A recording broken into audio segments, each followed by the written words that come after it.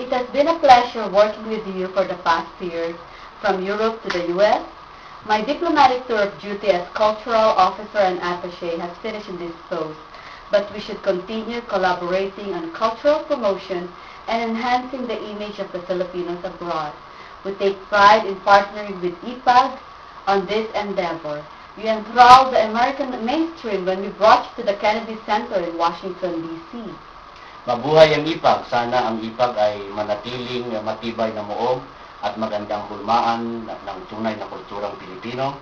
Definitely, you are a world-class performing arts group that makes each and every Filipino abroad proud being a Filipino.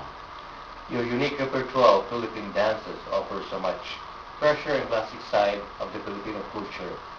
We hope to see you again in the most powerful capital of the world, Washington, D.C. Happy anniversary to IPAG from the Migrant Heritage Commission.